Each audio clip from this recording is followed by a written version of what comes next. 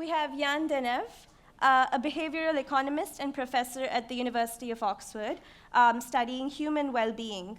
He is regularly featured in The Economist, Financial Times, Harvard Business Review, and on the BBC and TEDx conferences. And we're so excited to have him today speaking about how macroeconomic cycles and top income inequality affects our happiness. And he's here to talk about the data from well-being science and our policy reform call to action that can be inspired by this science, this stream of science that I actually like. Professor.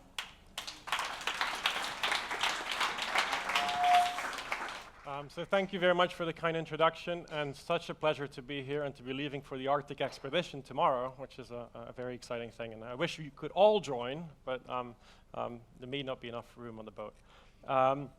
All right, I've prepared a lot of material, and I've got many, many research insights that I would like to share with you. The problem is we are constrained in time, as we found out.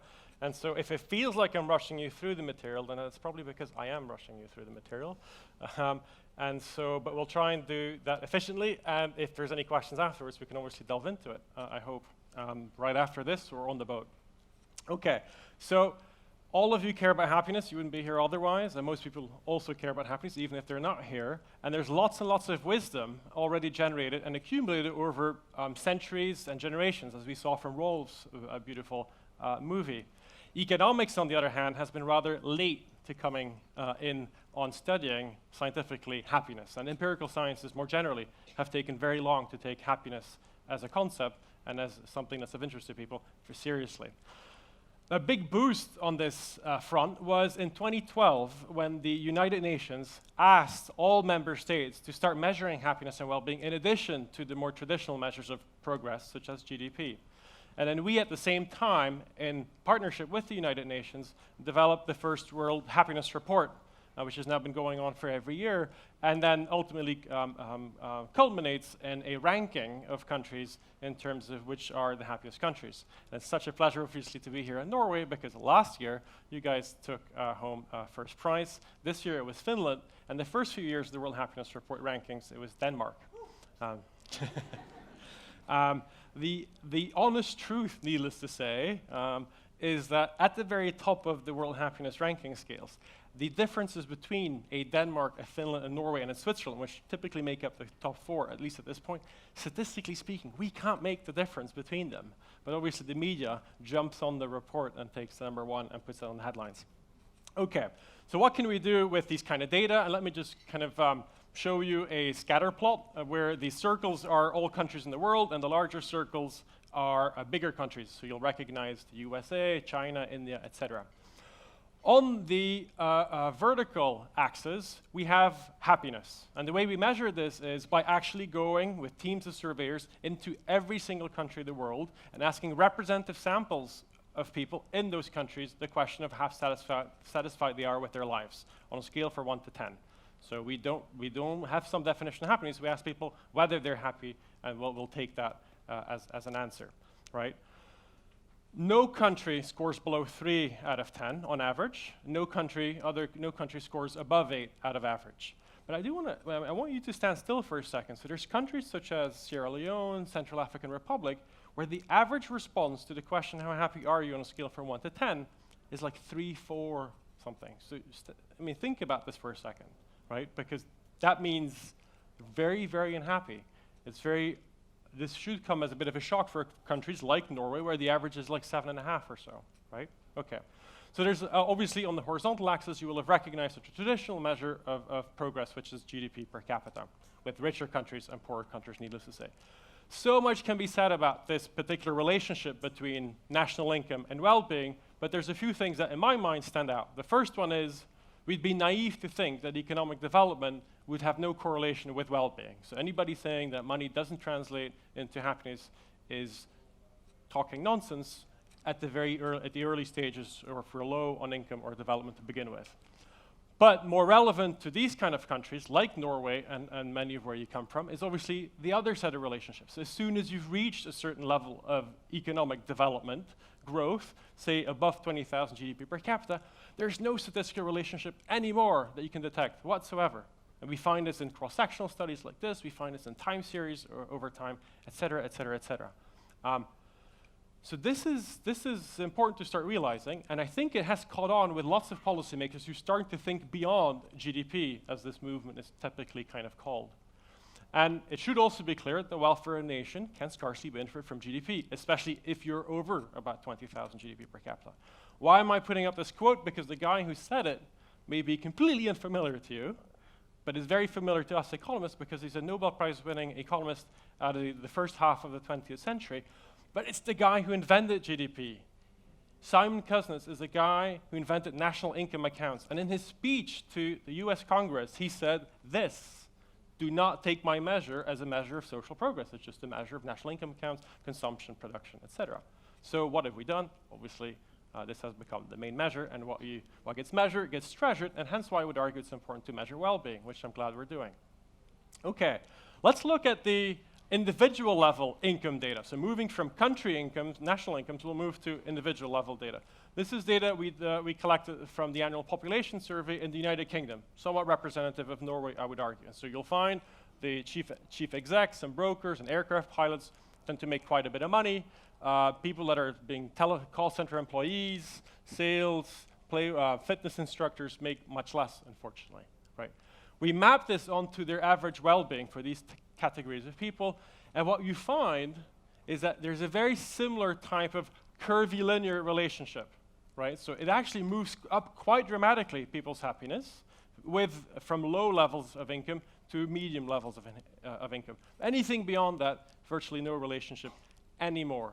So again, this is something we would call diminishing marginal utility to income, or diminishing marginal returns to further income in terms of happiness.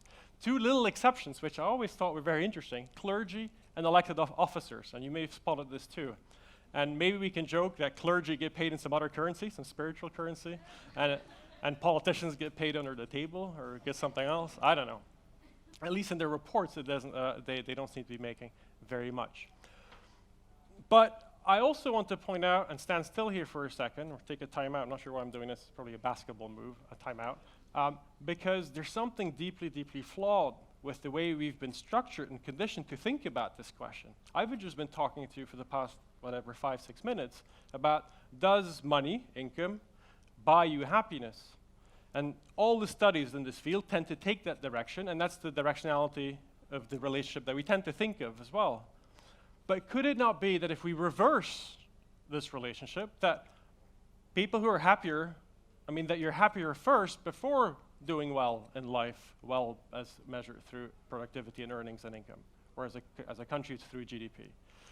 And so this reverse causality is completely understudied, and so back in 2012, Andrew Oswald and I started looking into this a little bit more, and we tracked 15,000 Americans, adolescents, all the way up till when they made their first sort of proper earnings checks when they were about 30. And what we find is, in this sample of 15,000 adolescents have been studied over time, we find that the average income at the age of about 30, 31 is $34,000, right? But the happiness metrics when they were 16, 18, 22 were actually massively predictive of their earnings potential and the actual earnings they made later on. So happiness, to a large extent, is predictive of income, and not just income being predictive of happiness. So this undermines this whole notion that I was just talking about in terms of income, to some extent, potentially driving happiness, although not at the later stages. Some of you may be thinking, wait a second. Could there not be an issue here? Richer families may use the money to make their kids happier, and it's the socioeconomic status and the networks that make them also make more later on when they're, say, 30. Great point. But the way we got around this was that within the data set, there were lots of siblings. And so say Rolf and I would be brothers in the data set, and you know what we did?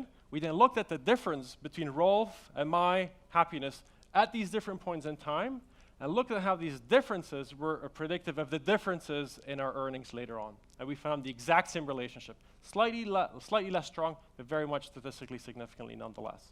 So there's something about this relationship of happiness having lots of power in and of itself in driving objective outcomes such as earnings and productivity.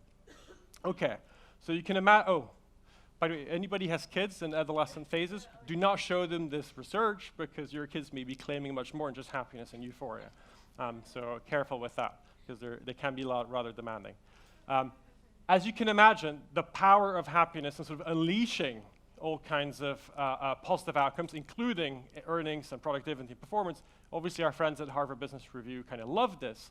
But when we delved into this material a bit more, we found that there's, in the workplace setting, or the context of work, there's little or no robust causal evidence of there being a link between happy workers being more productive workers. Lots of intuition. Most people believe it. Most people think it. Most people try and act upon it. But there's no solid, robust evidence for it. So what we did is we partnered with British Telecom, one of the UK's, BT, one of the UK's largest employers. And for the past 6 months, we've been pulsing all of their call center employees. There's 5,500 of them spread over 20-something call centers around the UK. And every week we send them an email, these call center employees, asking them, how happy are you? And they can, within the email, a bit like an iCal invite, they click on a green smiley to a red smiley, and then it goes. All the data comes in with us, and BT has given us all the performance metrics about these people. And it's slightly insane, the number of detailed performance metrics we have about call center employees, including the number of seconds they spend on calls, how many calls, whether they're in, whether they're out, how much sales they do, and the NPR, the Net Promoter Scores, sorry, NPS, the Net Promoter Scores, i.e. customer satisfaction, coming back of the quality of these calls, not just the quantity of calls, right? And we're right in the midst of analyzing all this data, but the results are staggeringly positive. So this, what is likely to become the most robust evidence for this relationship is looking very good. And just as a bit of a teaser, for example, these are the 20-odd call centers around the UK, and the average happiness, weekly employee happiness by call center is strongly correlated already with the levels of customer satisfaction, the NPS scores that are coming back from these call centers, right? So there's a lot that's going on there. We're working into like a 100-page academic paper for a top journal. Okay. The sad news, but potentially good news, is that are we happy at work? Actually, it turns out most people aren't happy at work. So my friends, Alex and George, have this little app which is phenomenal called Mappiness, and they spread it around the UK, and they pulse people every day, volunteers, about how happy they are, and then link it with what they were doing. And they offer 39 categories from I'm sleeping, I'm having dinner, I'm spending time with the kids, etc., to I'm at work, and I'm sick in bed. Being at work came in second lowest out of these 39 categories in terms of the correlation with happiness. The only thing that was lower was being sick in bed. So we're not good. And this extends way beyond the UK. So this work that we've leveraged the Gallup data for is a variety of a measure, employee engagement. And what we find is, and it's particularly worrying for in the context of European context, less than 20% of people feel actively engaged in their job. So a lot of you will be exceptions to this, or maybe part of these a quarter or about 20% being happy and engaged at work. But the vast majority of people are unhappy at work and are not engaged at work. But yet we know how important happiness and well-being, employee well-being is for performance. So there's the good news then is there's much room for improvement. But where do we start? So if we want to start by thinking, how can we make people happier?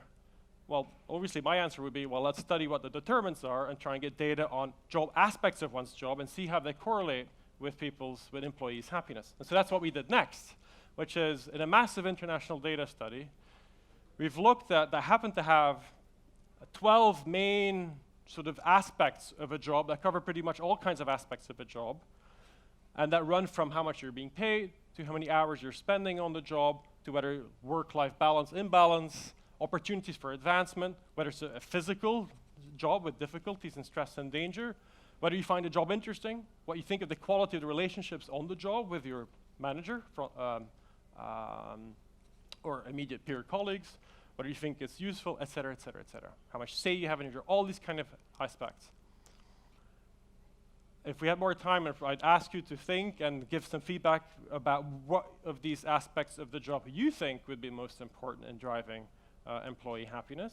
But it's worthwhile that you stand still for a second and think about what is it for you personally, or what you think would generally be most important in terms of these drivers, in terms of driving employee well-being, and thus could be good pointers for where we should be prioritizing in, programs in terms of driving well-being.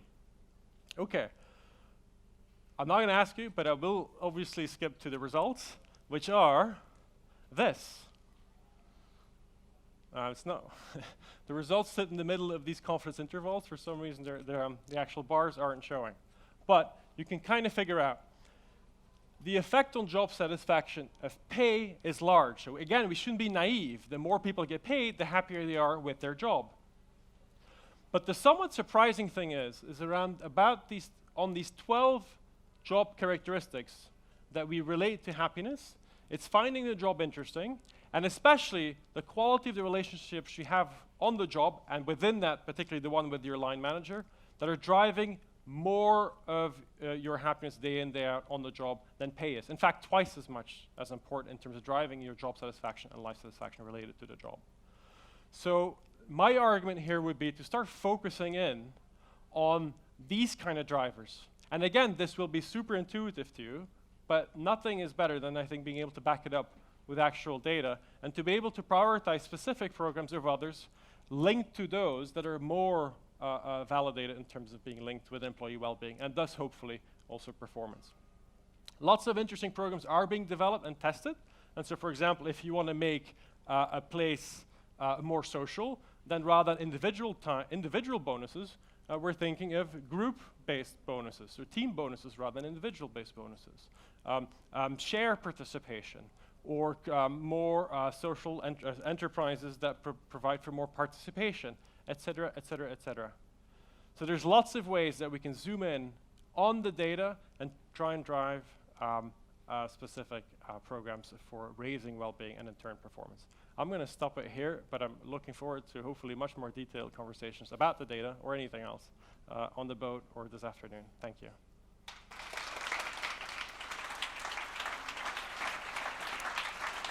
Thank you. Please stay. We do have time for one question. Excellent. So I'm going to go a little bit down the cultural route. So especially given like the culture that I come from in India, like happiness is not something that, say, like parents or the government, or when we're writing our policies or teaching our kids what to do, that's not what we focus on. Happiness is definitely not what we focus on. Security and that kind of thing is what we go towards. Do you think this kind of data can influence a cultural shift in countries like mine, in cultures like mine, and do you think we're getting there? Yes, and there's a few countries who are starting to take this very seriously. New Zealand, the UK, and also the UAE, the United Arab Emirates. And so, of course, aspects that you just mentioned, like safety, security, education, health, are critical. But again, you can apply the kind of data analysis I've been doing to get an indication of just how relatively important are these different policy domains in driving the ultimate outcome, which is obviously well-being.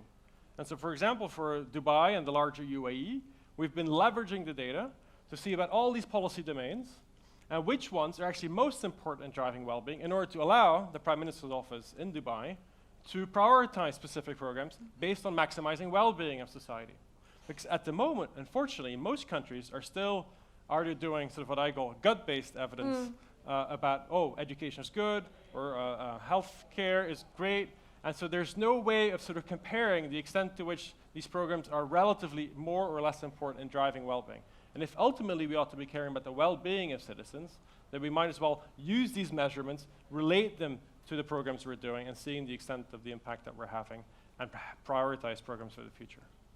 Thank you. Thank you Thank so you. much for that.